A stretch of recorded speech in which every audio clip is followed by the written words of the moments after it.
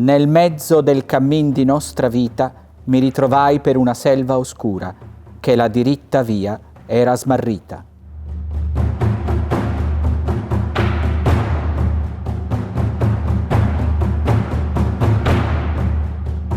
Non ragioniam di lor, ma guarda e passa.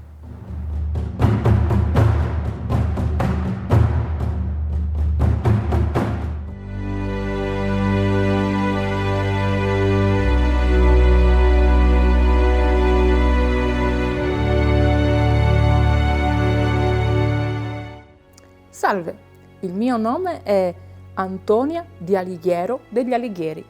Ebbene sì, sono la terza figlia del sommo poeta, Durante di Alighiero degli Alighieri. Sicuramente con questo nome non l'avete mai sentito, già perché non ci sarebbe mai stato nella copertina della sua commedia. Lui? Beh, Dante Alighieri, no? Ma vi siete mai chiesti come sia nata quest'opera?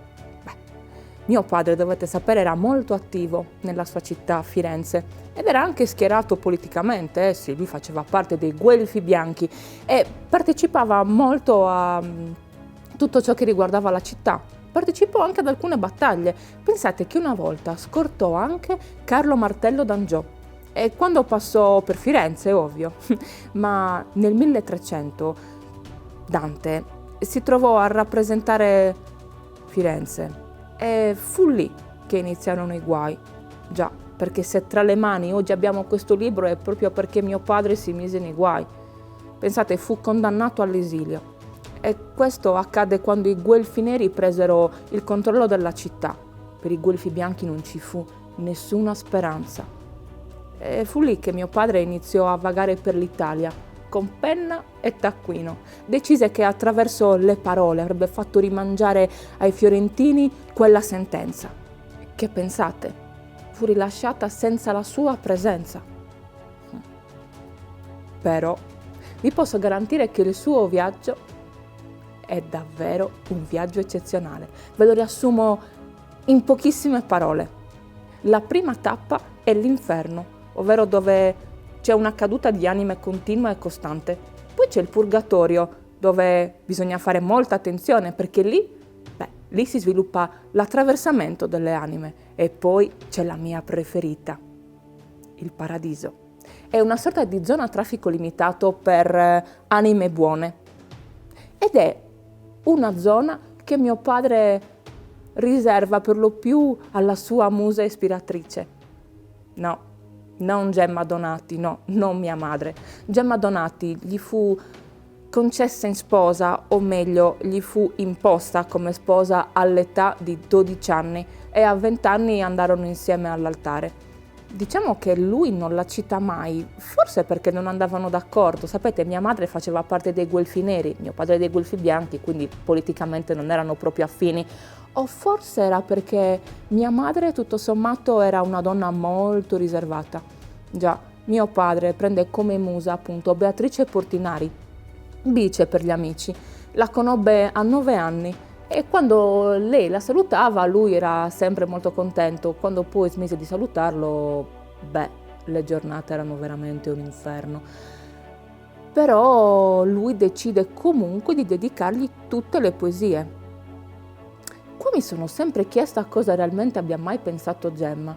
Già, perché d'altronde Beatrice era solo una musa, no? Quindi perché essere gelosa? Sarebbe stato un po' come se la moglie di Collodi, sapete, l'autore di Pinocchio, fosse stata gelosa della fata turchina, no? Però, come vi stavo dicendo prima, Beatrice aspetterà mio padre nella zona a traffico limitato, cioè scusatemi, aspetterà mio padre alle porte del paradiso, mentre le prime 2 tappe, ovvero l'inferno e il purgatorio, al suo fianco, ci sarà uno dei più importanti poeti di tutti i tempi, Virgilio, l'autore dell'Eneide, ed è grazie a lui che mio padre riesce a uscirne vivo dall'inferno e dal purgatorio, già perché non capisco per quale motivo continuava a svenire. E lo vedrete, lo scrive anche, nessuna paura di dire quello che faceva. È veramente coraggioso Dante. Però vi stavo dicendo che Virgilio era il suo maestro di scrittura. un'ispirazione più alta, ecco. E se non ci fosse stato lui, appunto, non so come sarebbe andata a finire. Anche perché Virgilio, come ben sapete, nell'Eneide aveva già preso confidenza con il mondo dell'oltretomba, no? Ve lo ricordate? Beh, quella però è un'altra storia. Che dire, questo è un viaggio che va vissuto con tutti i personaggi, da Gemma Donati, Beatrice Portinari, Virgilio e anche lo stesso Dante. E se c'è una cosa che ho imparato dai versi di mio padre, beh, è proprio questa. Considerate la vostra semenza. Fatti non foste per vivere come bruti, ma per seguire virtute e conoscenza. No? E allora? Perché non fare questo viaggio insieme a noi del Centro Servizi Culturali di Macomer?